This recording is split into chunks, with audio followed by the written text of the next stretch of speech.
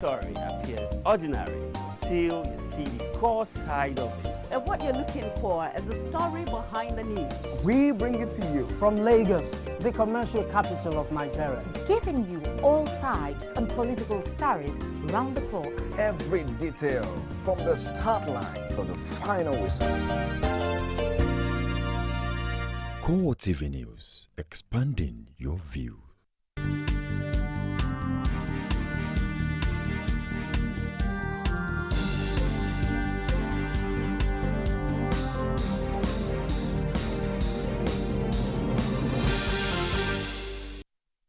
Hello there, thank you for joining us on CoreTV News this hour. I am Nifemi Oguntoye.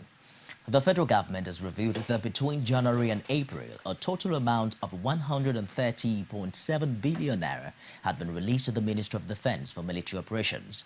The Minister of Finance, Ngozi Okonjo-Iweala, discussed this while briefing journalists on the details of the 2014 budget, which was signed into law by President Goodluck Jonathan. The minister says the welfare of the military was one of the most important priorities of the federal government owing to its campaign against terrorism in the country. Given a breakdown of the amount disbursed as so far to the ministry, the minister says 85.9 billion naira was released for personnel cost, while the balance was for overheads and capital expenditure. She explained that the sector currently runs a provision of about 1 trillion in the 2014 budget, adding that based on their current demands, no amount of budgetary provision could take care of their operations. Okonjo-Iweala debunked claims in some quarters that the ministry was responsible for delays in salaries of men of the armed forces. She added that the military handled the payment of salaries of its personnel as they had not been captured under the Integrated Personnel and Payroll Information System. Governor Juno Jang of Plateau State says the consistent reign of terror of Boko Haram has put the country in a state of war. Jang, who spoke while inspecting the scene of Tuesday's twin bomb blast in Just Market, says Nigeria would know no peace unless the terrorist group is defeated. The governor described the perpetrators of the blast as enemies of the country and added that nothing can stop the aspiration of President Goodluck Jonathan in 2015. He called on the citizens of the state to be security conscious and vigilant, and as well report any suspicious character or movement around them. Jang, while advising politicians to stop playing politics with human lives, says he is disappointed at the way some politicians in the country treat Jonathan. The Presidential Fact-Finding Committee on the Abduction of the Chibok schoolgirls says it had made substantial progress in its assignment. The committee spokesman, Kingsley Osadolo, discussed this in a statement made available to journalists in Abuja. Although Osadolo did not disclose details of the committee's findings so far, he admitted that its members who are currently in Maiduguri, Borno State, have not concluded their assignment. Members of the committee, according to him, interacted with members of the Borno Elders Forum, as well as representatives of the Chibok community. He also denied media reports that the committee members were barred by soldiers from visiting Chibok, describing it as false, misleading, and erroneous. As a surge attacks on the country continues unabated, the Lagos State Police spokesman, Ngozi Bride, urged residents to be vigilant and security conscious in those trying times. Tamnomis Pidibote has details. Following the incessant Boko Haram attacks in the northeast of Nigeria and the recent bomb blast in Kano and Just Market, which claimed several lives, Nigerians have been urged to be more conscious of security challenges within their immediate environment. The Lagos Police Public Relations Officer Ngozi Braid, while assuring residents of Lagos of the commitment of the law enforcement agent to the prevention of terror attack, admonishes that all matters relating to safety of the people should be taken seriously. Lagos is very, very, very safe. We do not envisage problem here. I'm going to embark on a sensitization tour. I'm going to go around the motor parks. I'll go to hotels. I'll visit schools. I'm going to let them understand. I'm going to talk to them about security. I'm going to give them security tips as well. The need for people to be disposed towards information was emphasized to evolve a safer Lagos. Somebody alerted the police that there were some suspicious objects on the ground, items.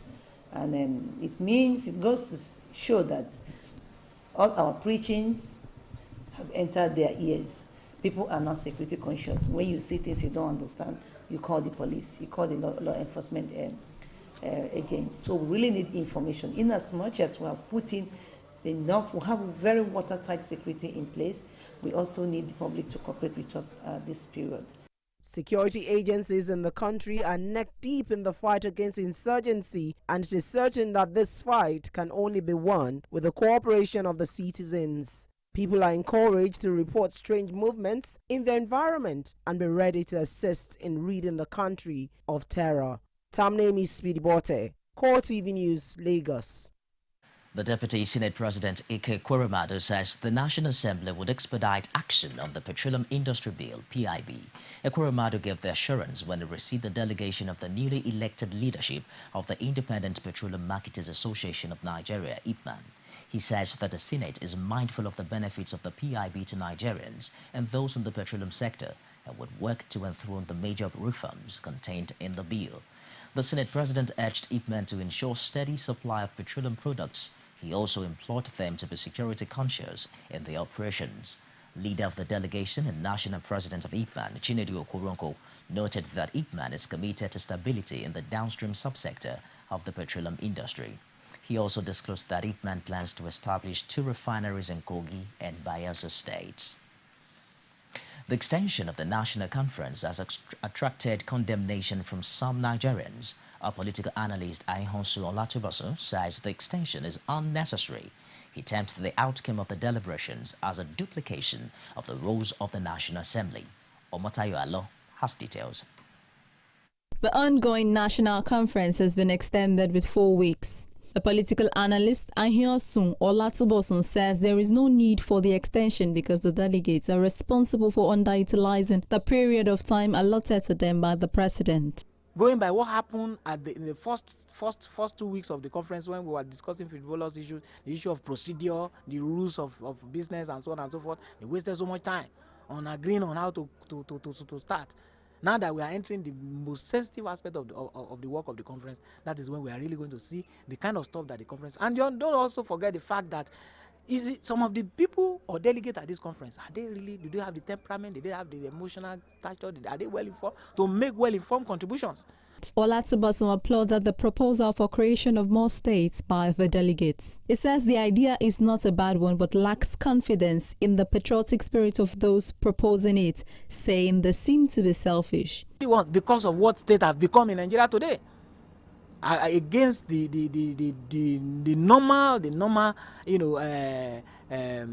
normal thing the state should be in a federal system.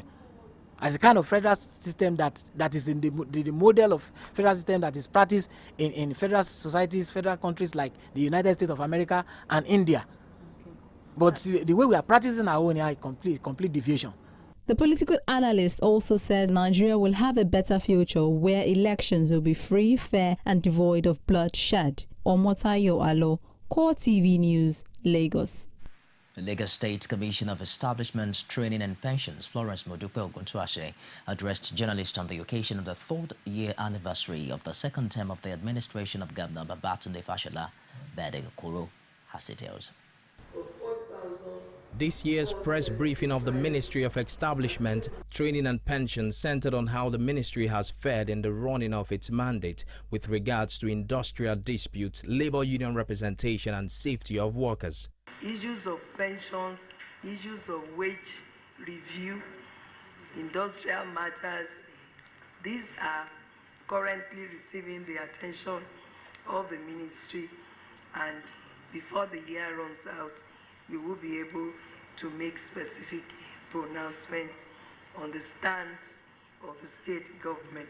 Hazard allowance for state fire service officers became the focus of discussions. Oguntuashi, however, says that the allowance would not be for the fire service workers alone. Group of officers that are entitled to the hazard allowance. And with the collation of all the entitled officers, I want to believe that before the year runs out, we are going to be able to seek the approval to be able to pay the hazard allowance. Something that we have to be reviewing over and over again. And when we scale through, I'm sure everybody that is entitled will be given. But it's not peculiar to the firefighters alone.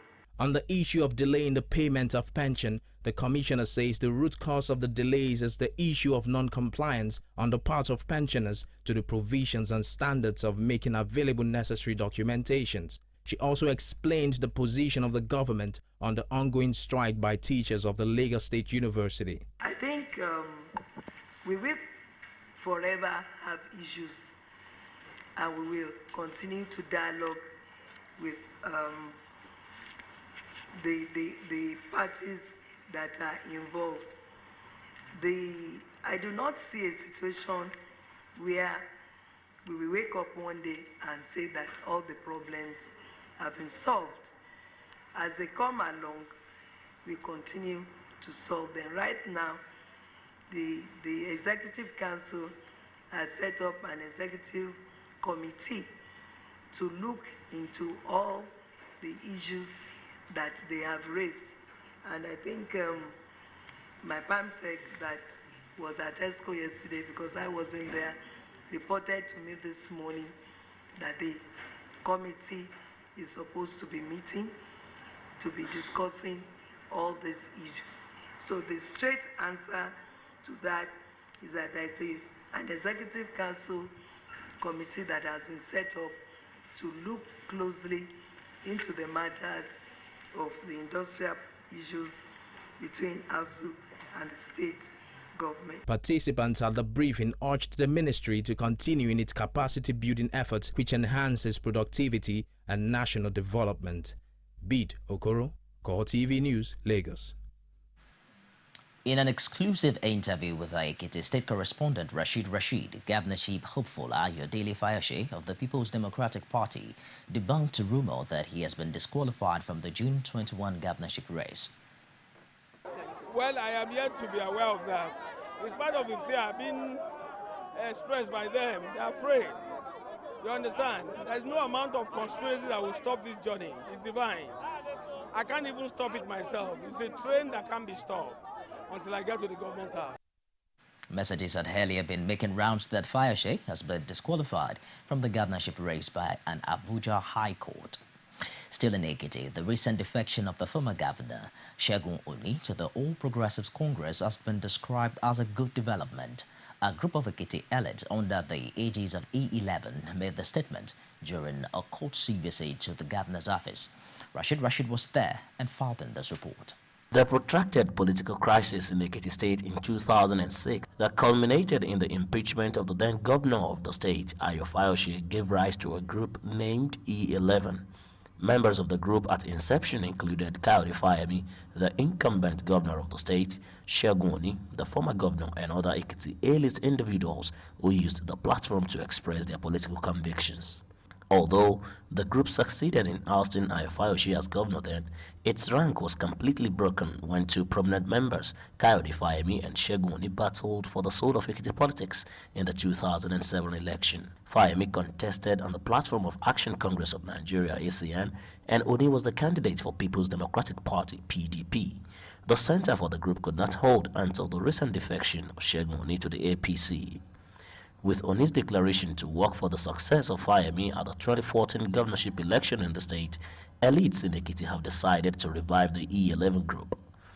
The revival journey took them to Ekiti State Government House, where they met with the governor, Kayode Fayemi. Here today, that your endorsement for us is 100%. And by this declaration, all structures that E11 created under the umbrella that has crashed is hereby destroyed. Kayode Fayemi attributed the development of Ekiti and success of his administration so far to the principles of the E11 imbibed by him. We benefit the great majority of our population, and can I stand before my peers and before God to be held accountable for all that I have done. And when I try to answer those questions,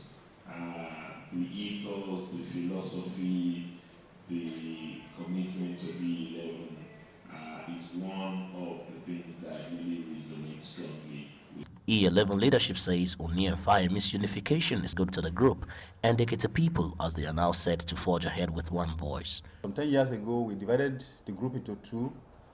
Queue up behind these two gentlemen, two patriotic Ekiti citizens.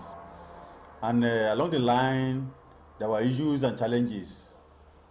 But from what you have seen yesterday, you can see that indeed we have overcome those challenges and we are back on track. Kayode Fayemi affirmed that he is on the same page with Segun Oni based on their resolve to make Ekiti great and do the group proud once again. Engineer Segun Oni said yesterday, this is a platform for the future that we're building. The present is important, but it is what we bequeath to our children that is even more important. Because if it is what we're going to eat, none of you should even be here doing this. E11 gained much popularity with the role it played in Ekiti politics between 2004 and 2007. Now that the group is back and fitly united in thoughts, Ekiti people are eagerly waiting to see if E11 can again exhibit its domineering influence on the electorates in the forthcoming June 21st governorship election, just as it had done in the past. Rashid, CoreTV News, Ado Ekiti. 5 days into the Daliko rice market fire that raised over 200 shops in Mushin area of Lagos, traders are still counting their losses as the state government carries reconstruction work. Bid Okoro was at the rice market and brought back this report. Exactly 5 days after the shops were razed by fire, the usually bubbly and vibrant Daliko rice market is yet to get back in full swing of activities. Traders and shop owners at the market expressed concerns about the slow pace of the reconstruction work, saying they would rather the government allow them make the rebuilding by themselves. We want, if government wanted to help us, we are ready. But this time of the day, we want this building to be built immediately, at least 2-3 weeks. So if they want to help us, we can bring a contractor who can do it. Then all these places, we will share money and pay them. If government want to help us, then they will give us whatever they want to give us. But for them to wait, anytime they prepare paper, do everything, they will delay us. So what we want is that let state or government allow us to use our hand to do the shop. Because immediately they say they will come and help us after building this place. If we don't have money, we cannot rent shop here. They do it in Tojosho. I have shop in Tojosho. Where the Tojosho born, I lose all my property there. Now they are calling shop there 12 million, 6 million. Awolowo market the same thing. Mushi here the same thing. So if they want to assist us, let them allow us to do this thing in ourselves. The General Manager, Lagos State Emergency Management Agency, Femi Oke-Oshanyitolu, says the agency has taken practical steps to speedily bring succor to the traders. Well, immediately the incident occurred, we activated the emergency response plan of the state.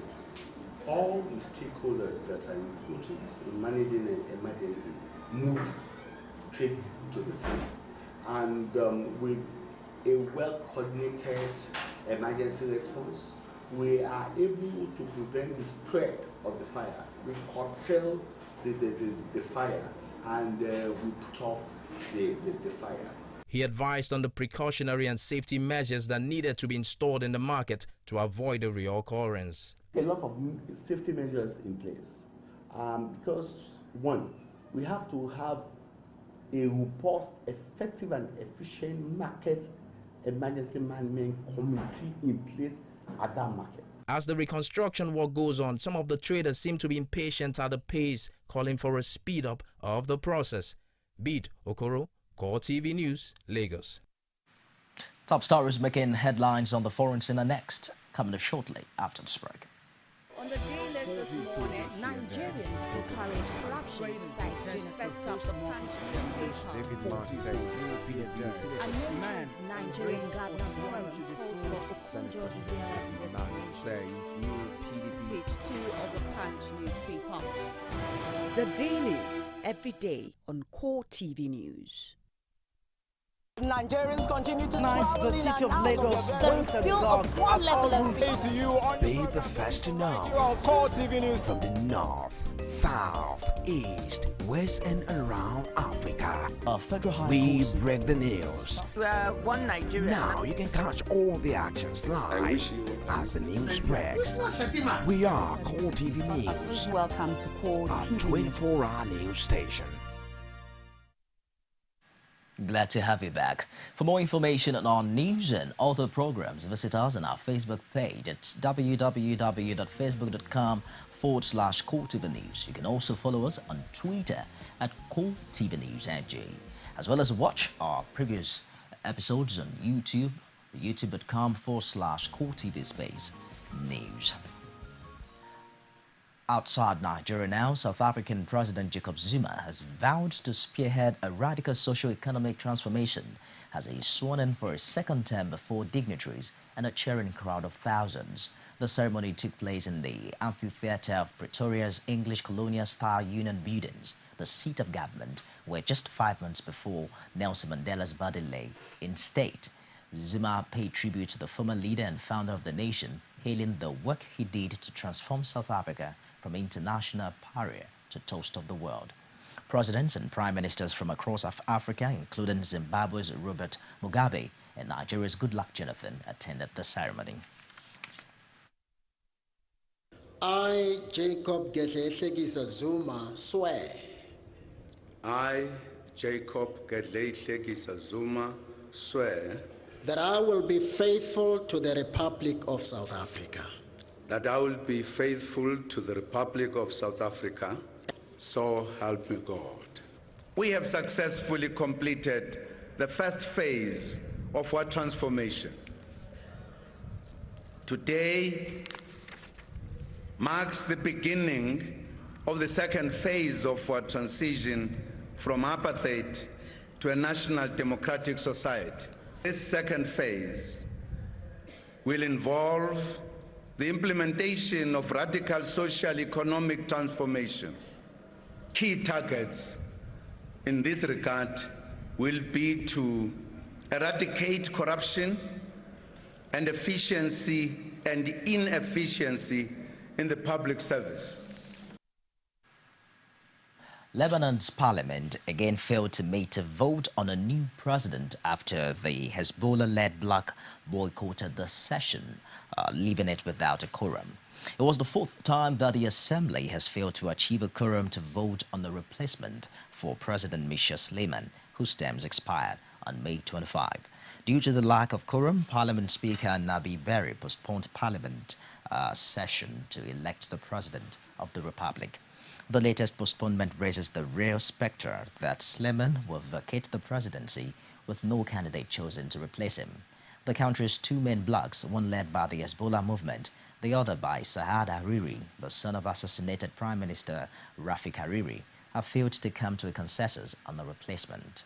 Hariri's bloc has backed a candidate that Hezbollah has opposed without proposing their own alternative. And that's the CoreTV News this hour. I'll be back at 9:45 with the primetime news. Stay with us.